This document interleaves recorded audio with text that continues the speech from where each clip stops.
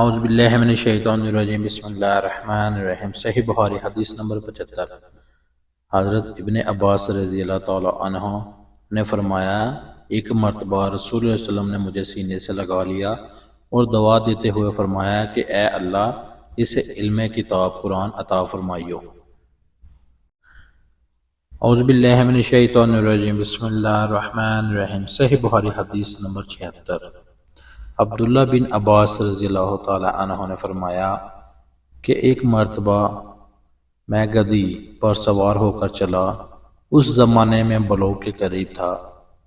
رسول اللہ صلی اللہ علیہ وسلم نماز پڑھ رہے تھے اور آپ کے سامنے دیوار کی آڑ نہ تھی، تو میں بعض صفوں کے سامنے سے گزرا اور گدی کو چھوڑ دیا اور چرنے لگی، جبکہ میں صف میں شامل ہو گیا، مگر کسی نے مجھے اس بات پر ٹوکا نہیں۔